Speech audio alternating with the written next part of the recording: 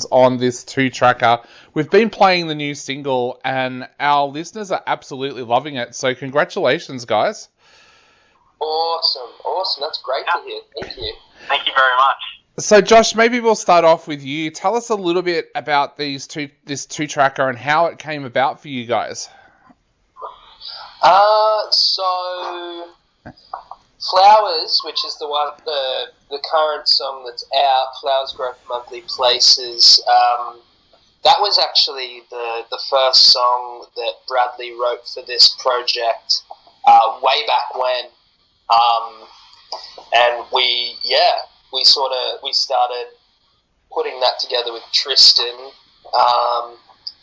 and we wrote this other song, Rose Tinted, which I'm not sure. Have you heard Rose Tinted? I have, yes, yep.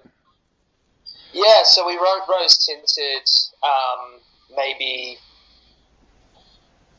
8 months to a year ago, and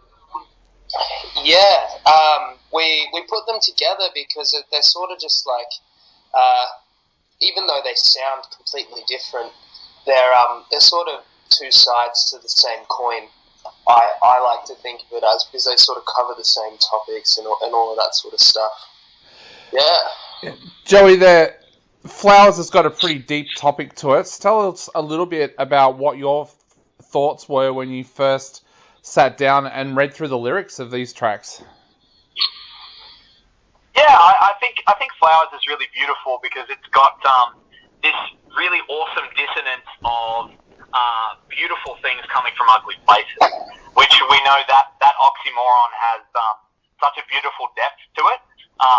Understanding that a lot of the blooming and the beautiful things oftentimes come out of the dirt or come out of the hard places.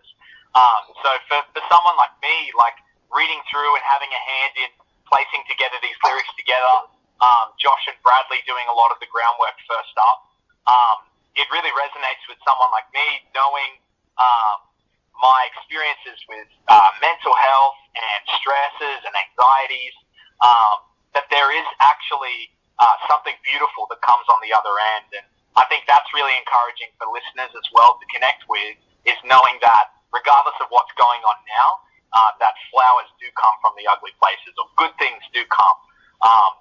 So I think there's an underlying hope that sits within this balls to the wall rock song that is really inspiring for myself personally and hopefully for other people. Definitely. Josh, the whole country's been through a rough couple of years. There's going to be a lot of people out there that take a listen to this track and they're going to relate to it. Are you guys ready for people to contact you guys and to talk to you about what they've been through and how this song resonates with them? Yeah, of course. I love hearing. We haven't had too much of that yet. We've had a little bit in our DMs and stuff like that, but I love hearing the feedback from the people that listen to it. It blows my mind that it's people listen to it and they interpret it their own ways, and I think it's great.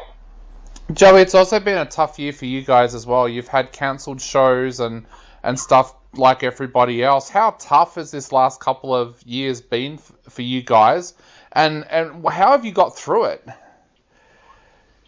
Yeah, I think in regards to the band, the hardest thing is obviously, like, we're musicians and we love to perform and we love to connect on a personal basis with our fan base, which is really important for us, like you were saying in your last question, Josh.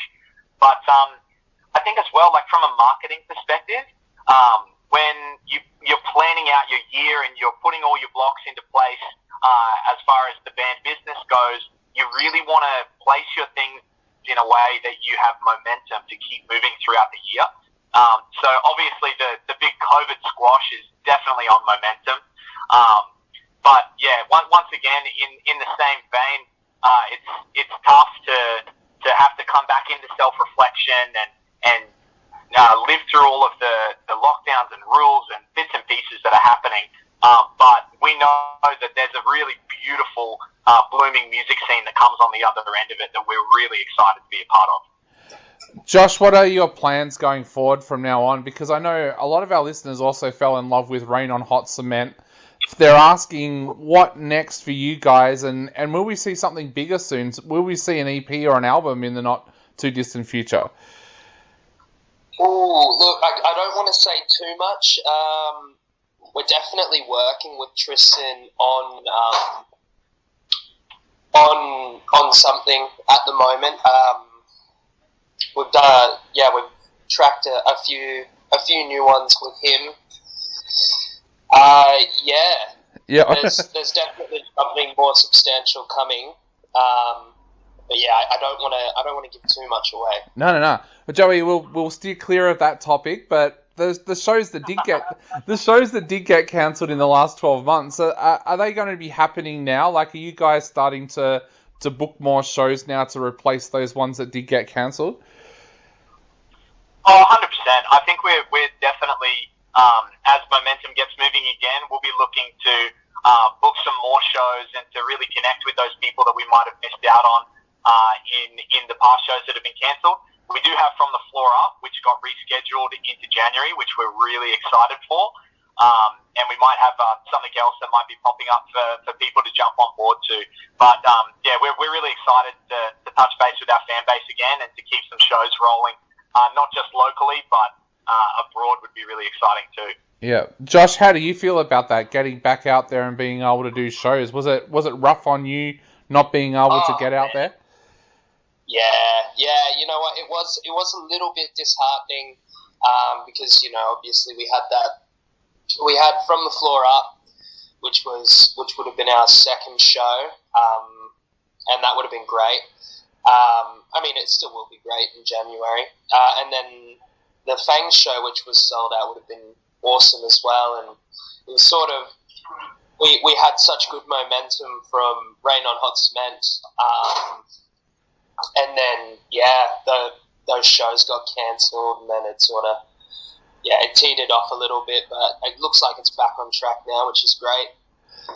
Just staying on that topic, having that break away from shows, did that actually allow you guys to sit down and write more music and spend more time getting everything right? Because I know a lot of bands have said to me that they've actually found the last 12 months a little bit of a blessing because it's given them the opportunity to work on more songs and have a lot ready to go when everything opens back up. Yeah, definitely. We've definitely got a bit of a back catalogue going at the moment, which is pretty exciting. So, totally. Awesome. Well, the other thing I wanted to ask as well is, how can our listeners support you guys at the moment? We know that it's been a very, very tough 12 months, 2 years. How can our listeners support you guys, Joey, right now? Can they buy merch? Can they pre-order things for the future? How can they support you guys financially? Oh, absolutely. Like, we have merchandising up on our website that we're really excited to be able to put out. You'll find that there will be more stock that'll be coming on through and some new things that'll be very exciting to jump on board for.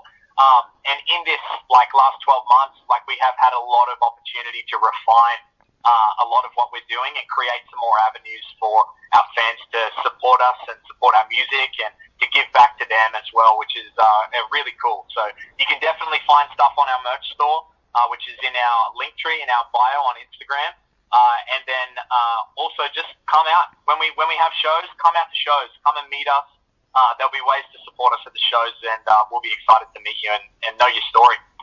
Awesome. Well, guys, we're going to play Flowers Grow from Ugly Places once again on our show.